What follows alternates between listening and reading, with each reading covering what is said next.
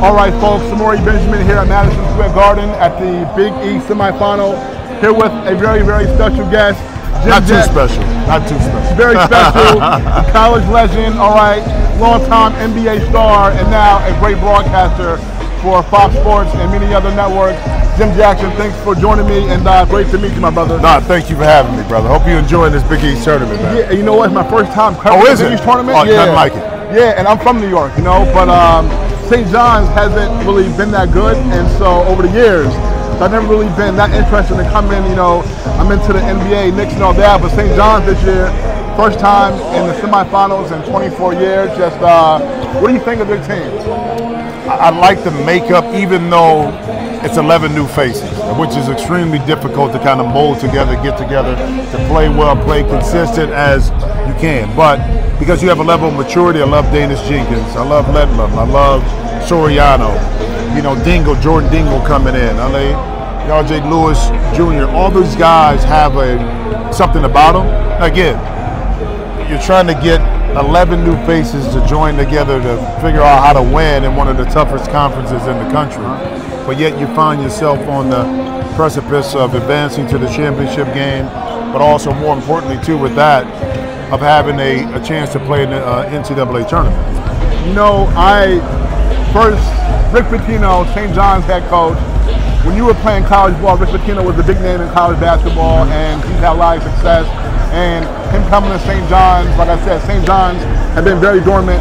He brought hope here. His first year, he has St. John's in a place where they have not been in 24 years. So when you think Rick Pitino does, what comes to your mind? Legacy, longevity, championships, aggressive nature, competitive spirit, competitive fire. All of those things come to mind, and you see that with Rick and you see it with his teams. And I want to throw a little caveat in there, throw some love to my man Steve Lavin, who had some success, especially getting St. John's to the tournament, you know, during his tenure. So as long as it's been, it hasn't been as long, but to see them back here, relevant once again, is great for the city of New York, but it's also more important, great for the Big East Conference. Now, no, St. John's has not won a tournament game since 2000, and definitely, what up, Walt? I know that. I'm gonna talk to you. So when they haven't won a tournament game since 2000, and you know what? New York City, it gets a lot of pub as being basketball mecca and all that. But you know, St. John's, like you said, a long time since they had success.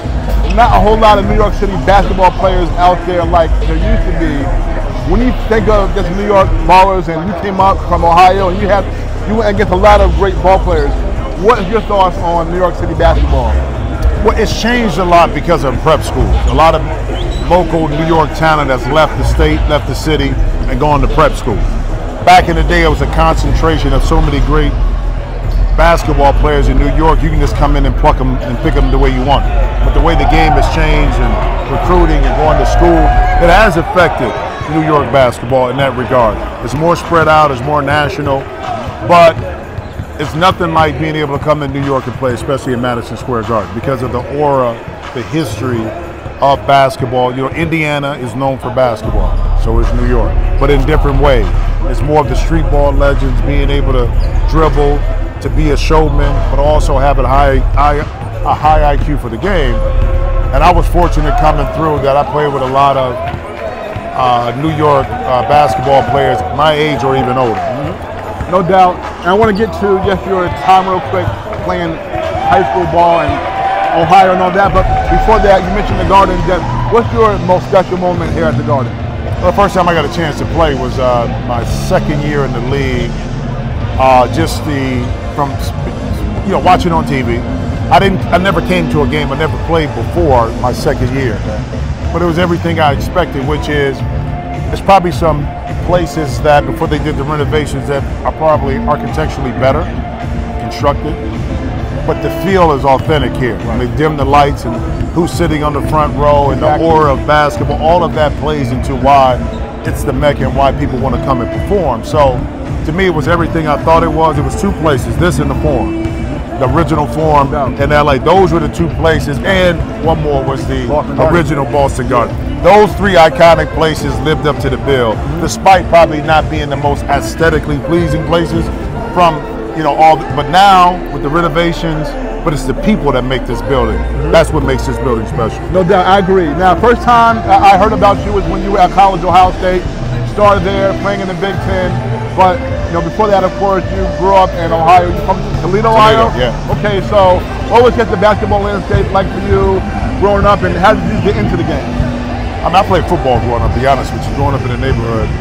But that was our number one. Yeah, in Ohio, that's our number one thing. But a lot of playing in the parks, the alleys, backyards, getting into it, and finally just throwing my hat in the ring, so to speak, with basketball. And just started to really play organized in 6th grade, and from there just kind of took off, and I fell in love with the game from that. I'm still an avid football player, but I think I made the right choice from the basketball perspective. No doubt. So what made you decide to go to basketball? Too cold in Ohio outside, baby. Much as I love it, it was too cold. So do you think you would have played for Ohio State if you had decided to go down that path? I don't know. I had letters. Football. Yeah, when I had letters when I was younger, after my freshman year with football, but tight end, defensive end is what I played. Never know. Now, in the Big Ten, you had a lot of really good teams you played against, and you know, Michigan, of course, Michigan State. But before that, McDonald's high school All-American game.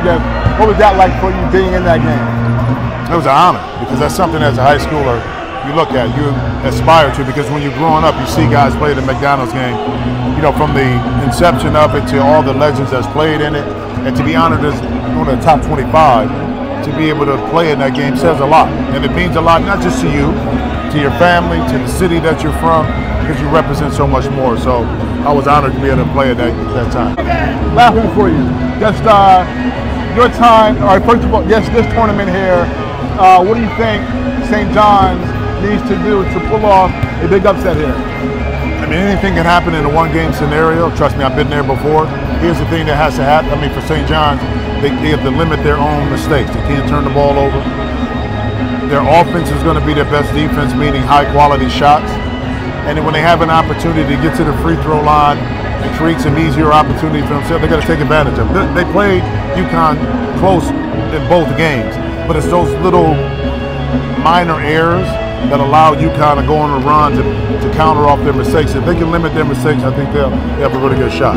All right, folks, so Jim Jackson will be on the broadcast tonight. It should be a great one, and we thank him for joining us before this big game. All right, thank you so much. You got it, brother. Thank you. Okay. All right, folks, we're back.